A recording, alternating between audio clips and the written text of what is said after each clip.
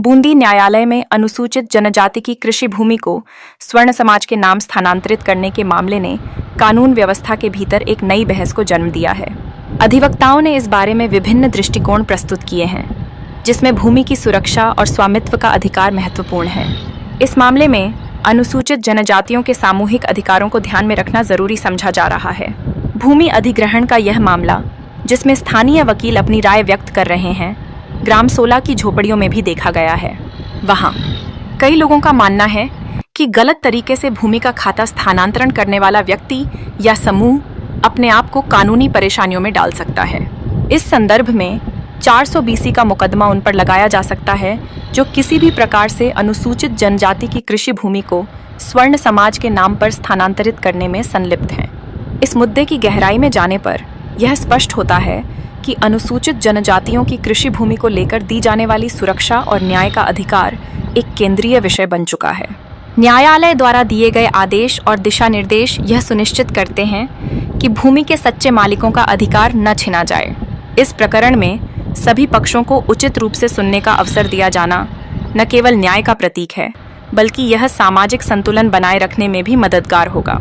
इन मामलों में कानूनी पहचानों के कमजोर पड़ने की आशंका भी जताई जा रही है।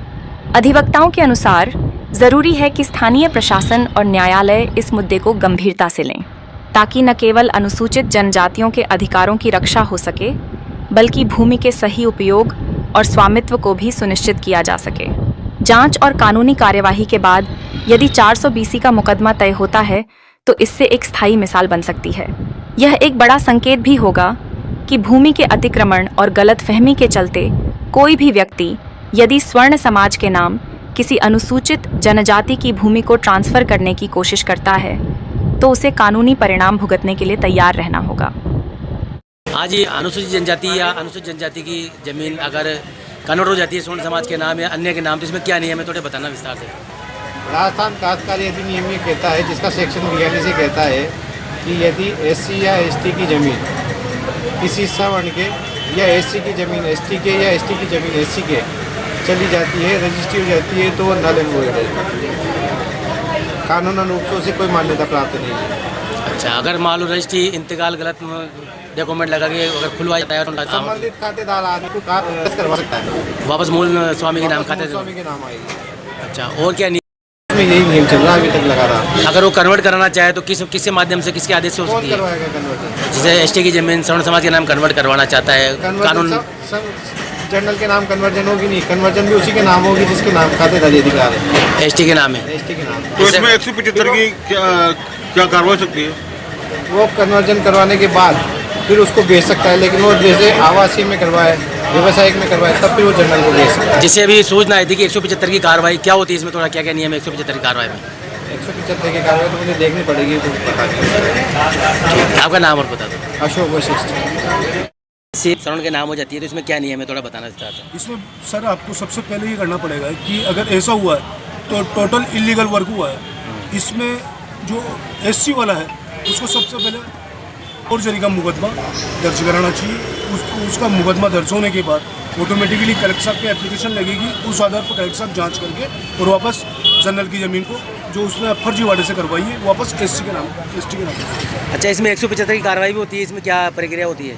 175 की कार्रवाई भी आप कर सकते हैं, लेकिन जो ये तरीका बताया ना आपने, सबसे पहले उसको फॉलो कर लें। अच्छा। वो फॉलो होने के बाद ही काफ़ी हद तक उसमें मदद मिल जाएगी और उसको प्रार्थी को न्याय मिल जाएगा।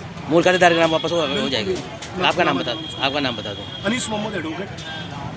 आज अनुसूचित जनजाति की जमीन अगर स्वर्ण समाज के नाम हो जाती है तो इसमें क्या प्रक्रिया होती है? तो कानून के विधि के विरुद्ध है, ऐसे नहीं लग सकती। किसी SC शेड्यूल कास्ट व्यक्ति की जमीन किसी जनरल कास्ट की कैसे लग सकती है? ये कानून के विधि के विरुद्ध है।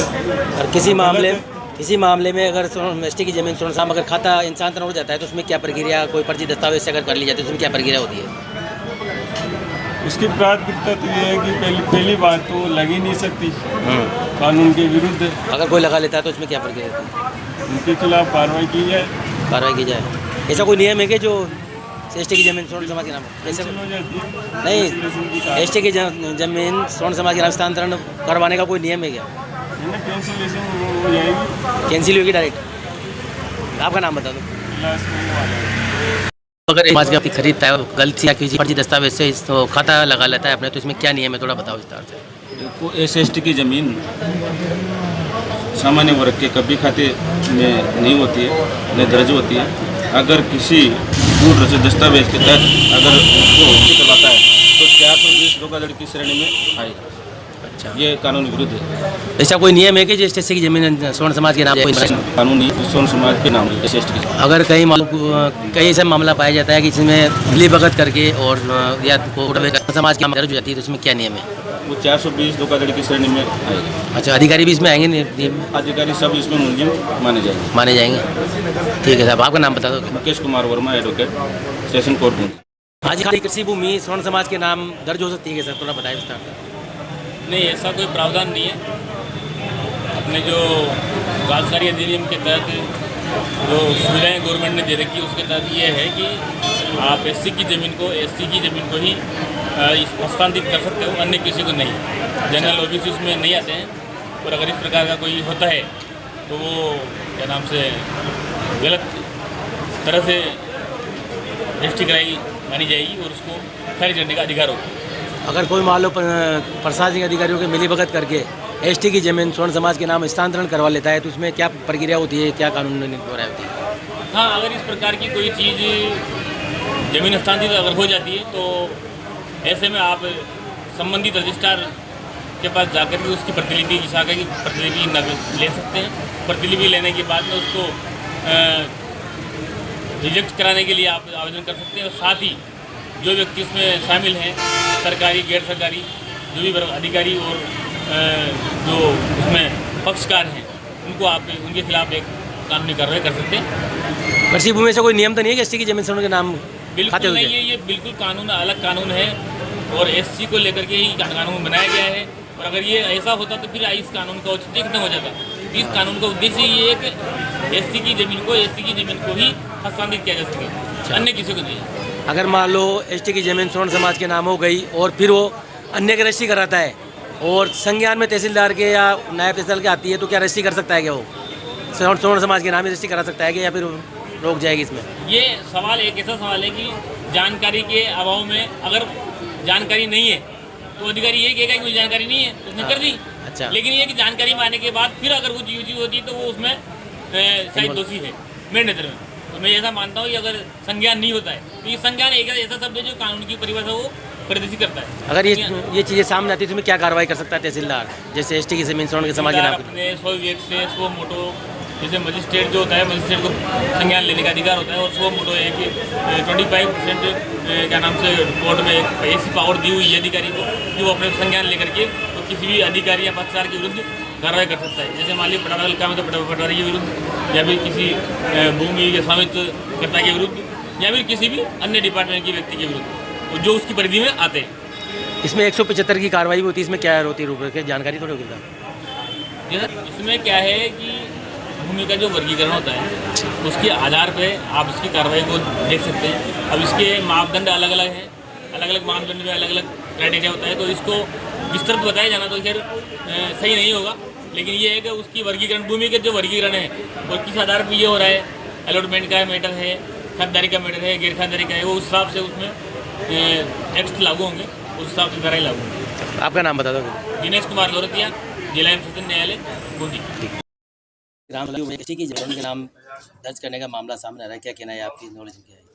अगर अनुसूचित जाति जनजाति वर्ग की कोई कृषि भूमि किसी भी व्यक्ति के द्वारा गलत तरीके से विक्रय पत्र या अन्य दस्तावेज के माध्यम से हस्तांतरित की गई है तो राजस्थान काश्तकारी अधिनियम 1956 की धारा 2 का उल्लंघन है और जमीन के संबंध में राज्य सरकार को 175 की कार्रवाई 322 जो विवादित कोर्ट में विचाराधीन है उसके बारे में क्या कहना है? उसमें भी एक विवादित नहीं, विचाराधीन है तो बिल्कुल कानूनी तरीके से और धारा 42 की कार्रवाई अडॉप्ट होगी, 175 के तहत शिवाय घोषित की जाएगी। 175 में क्या कार्रवाई क्या रहता है? 175 के तहत राज्य सरकार को भूमि राजगामी घोषित करने के अधिकार है और 12 साल की अवधि तक, इसमें एक और तो है धारा 42 का अगर उल्लंघन होता है तो 12 साल की अवधि तक जो संबंधित विक्रेता है अपने ज्ञान से 12 साल की अवधि तक उक्त जमीन को बिना विक्रय पत्र या दस्तावेज को निरस्त करवाए पुनः अपने नाम खाते दर्ज करवा सकता है। इसके तहत 183 राजस्थान प्रेगनेंसी एक्ट के तहत कार्रवाई करनी होती है जो तहसीलदार के कार्यालय में। तहसीलदार कार्य से हो जाती जी है। अच्छा माँ अभी जैसे मान लो अभी कोर्ट में विचारा देने और मान लो पार्टी जो वो भी काबिज है जिसके नाम खाता गलत तरीके से दर्ज हो चुका है और उसको बेचान करती है तो उसमें क्या कार्रवाई हो नहीं, सकती वो तो उसका कब्जा ही अवैध है, अवैध वो कब्जा। अतिक्रमी के हिस्से से काबिज है और उसको ट्रांसफर करनी पड़ेगा। है? अगर वो रजिस्ट्री कराने जाता है तो क्या उसमें रजिस्ट्री हो जाएगी? उसकी प्रयास कर रहा है प्रयास अगर इस बात को संबंधित सब रजिस्ट्रार के संबंध में के समक्ष संज्ञान में लाया जाता है तो रजिस्ट्री नहीं होता। रजिस्ट्री नहीं हो पाएगी। ठीक है, आपका नाम तो बाबूलाल गुजरेला।